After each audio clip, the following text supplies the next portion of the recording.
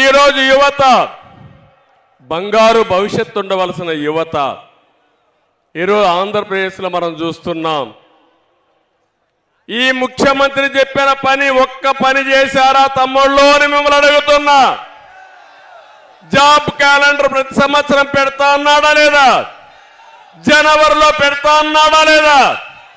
5 జనవరిలు అయిపోయినాయా లేదా? పెట్టాడా అని మిమ్మల్ని అడుగుతున్నా.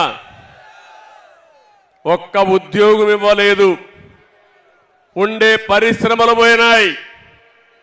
మొత్తం యువత జీవితాల్ని నాశనం చేసే పరిస్థితికి వచ్చాడు.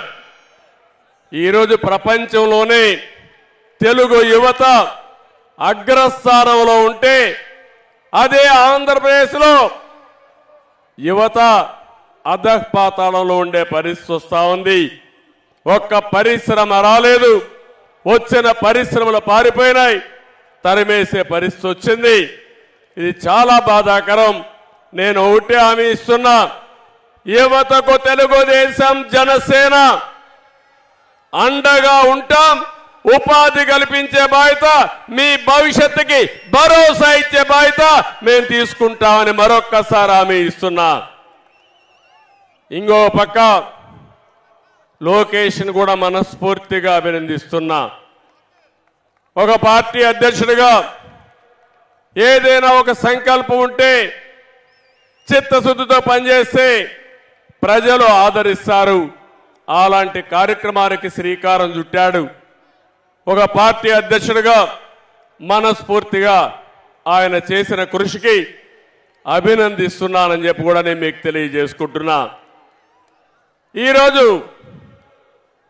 పవన్ కళ్యాణ్ గారు చెప్పిన విషయాలు కానీ, ఇంకో పక్క బాలకృష్ణ గారు, లోకేష్ గారు మాట్లాడిన విషయాలు, అచ్చెన్నాయుడు గారు మాట్లాడిన విషయాలు నేను పూర్తిగా ఎండార్స్ చేస్తున్నాను.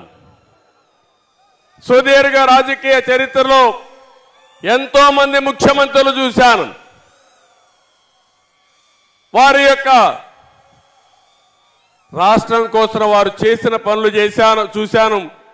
కొంతమంది చేత కాకుండా పోతే వారిని విమర్శించే సందర్భాలు కూడా ఉన్నాయి.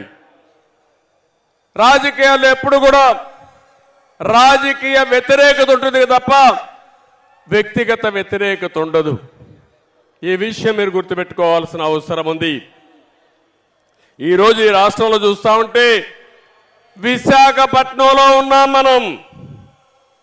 విజయనగరం, భోగాపురం నియోజకవర్గంలో మీటింగ్ పెట్టుకున్నాం. ఇక్కడే విమానాశ్రయానికి నేను ఆ రోజు నాంది పలికాను. ల్యాండ్ అక్విజిషన్ కూడా చేశాను.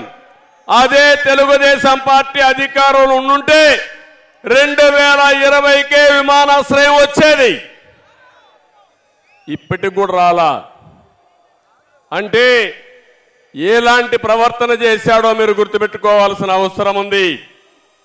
ఉత్తరాంధ్ర మొత్తం ఈ 5 సంవత్సరాల్లో వైసీపీ కబ్జాలో నలిగిపోయే పరిస్థితి.